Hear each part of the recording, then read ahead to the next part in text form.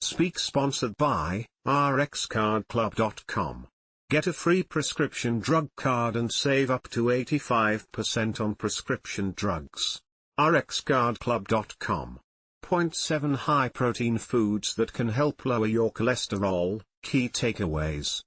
You can meet your protein needs without raising cholesterol by choosing lean poultry, fish, plant-based proteins, eggs in moderation, and low-fat dairy. Plant proteins and fish are especially heart-friendly, as they can help lower LDL cholesterol when replacing red or processed meats.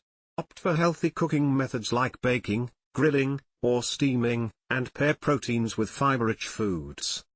Protein sources like lean poultry, certain fish, nuts, seeds, legumes, soy, and low-fat dairy can provide the necessary protein while helping to manage cholesterol levels.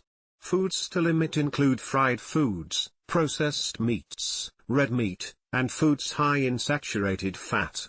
Choosing the right protein sources and cooking methods, as well as incorporating fiber-rich foods, can help maintain healthy cholesterol levels. rxcardclub.com. Get a free prescription drug card and save up to 80% on prescription drugs. /speak